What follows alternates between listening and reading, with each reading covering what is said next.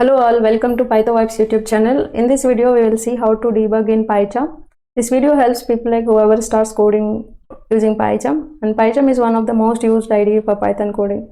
And this debugging will help in situations like, imagine you have to check code written by some other people, or if you have to fix some bugs and all in real time. That time debugging will be helpful. Or else if you are new to some project and if you have to understand the flow and do the coding or complete your task, so in such case you have to know how to debug the code, how to fix your bugs and all in real time. Then this debugging will help you a lot. So each time you can say that you will keep the print statements or log statements, and once you run your code and you will check the logs for every time. So you can do that, but that won't be that efficient, and it will be hectic to check each time the logs and all. So the better way is to run our code in debugging mode and fix our problem. So our objective is to understand step-by-step debugging in Pycharm, like how to enter into some function, or how to skip some lines of codes, or how to check particular variable value during the runtime. So all these things we'll cover in this video. Please watch till the end of this video. If you like this video, please do like, share and subscribe to PyTheWipes YouTube channel. So let's get into this video.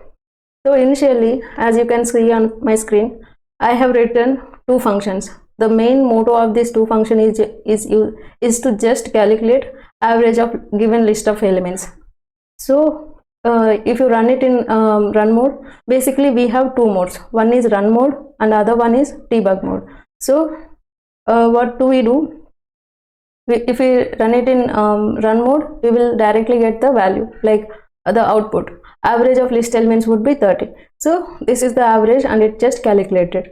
But if you in real time also, if you just run your code and check it, you will see the output, but you don't know where it is going and which all lines it is executing and which all things it is being skipped based on the given condition. So to understand our code flow, you need to run it in debug mode. So here you can see two icons. So the first one is to run it in run mode and the other one is to run it in debug mode. So if you just click on it in this symbol debug mode, then it will start doing it in debug mode. You can see the modes written here, like it is running it in debug mode. So you can see debugger and the console. On the console you could see the real-time values for each variables, all the variables wherever you wanted to check. So all those variables you could see here. And initially I don't have any breakpoints. I did not keep any breakpoints, so I'm not seeing any breakpoints here. If you want to initiate any breakpoints, you just have to click on this line number, like I wanted to check this line. So that way you can keep wherever you wanted to check your code. So I kept the breakpoints now, and I wanted to see what all the breakpoints here.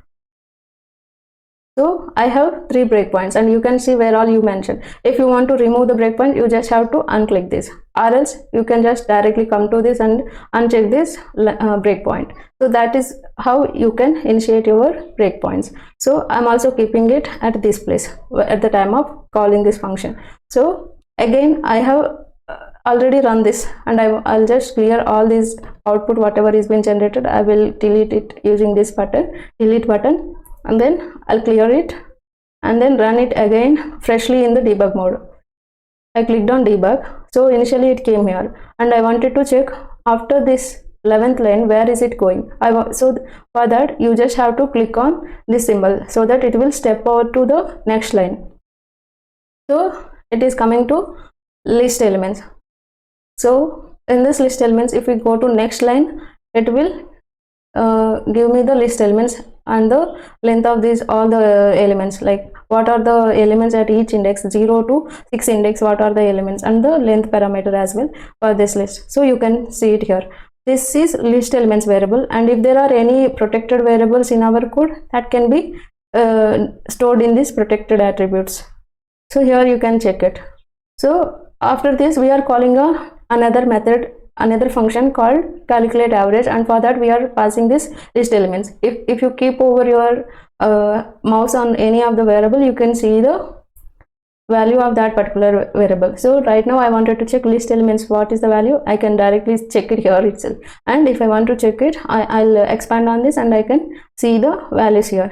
So I want to go inside this calculate average function and run the lines line by line. So if you have to enter into any particular function or any particular class or any such things, you have to click on this step into. Once you do that, you will be inside that function or inside that method or inside that class.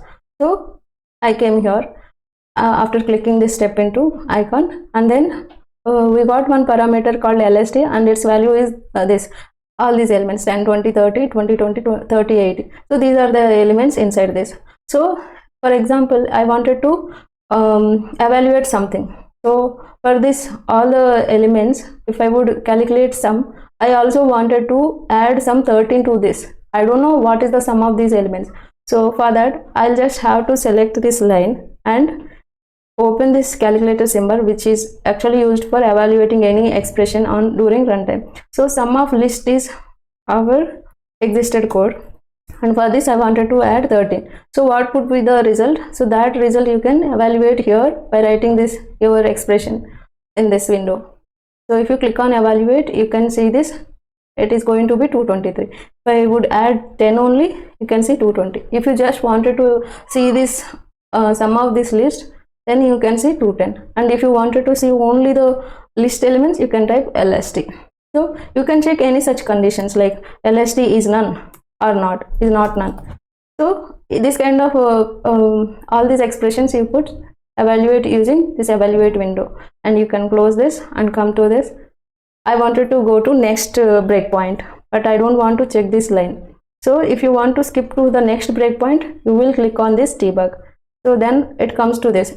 I'm not going into this code, this line. I just went to the next breakpoint. So by clicking on it, so I can see average I got it as 30, and if I would keep it over here, total is 220, and this list is this, and if I would select it, length of list, I can get 7. So that is how you can select it, and directly I'll go to next one, and again it came to the previous call wherever we call this calculate average function. So after that I'll just execute next. So it is it came to find average function call. So it is going to print it our output. So we got average of list element is 30. So that is how we will do the debugging. And if you want to remove the debug breakpoints, you can just click on this debug breakpoint so that it would get removed. So and during the debug point, at sometime you might feel like you don't want to go to all these breakpoints and just want to enter to the last row, I mean end of this code. You don't want to go to all these breakpoints and you want to skip these things. So in that case, you can directly mute all your breakpoints and just run your code, continue our code. So when you click on this mute debug breakpoints, you can observe that this red color breakpoints has been turned into white color. So this way you could say that these breakpoints has been muted. So once you click on debug resume program, then it will directly continue and it will give us the result. We got a result as average of list element as 30. So that's all guys. If you find this video helpful, please like and share it with your friend circle and colleagues as well. Please subscribe to this Python Vibes YouTube channel. Thank you guys. Thanks for watching.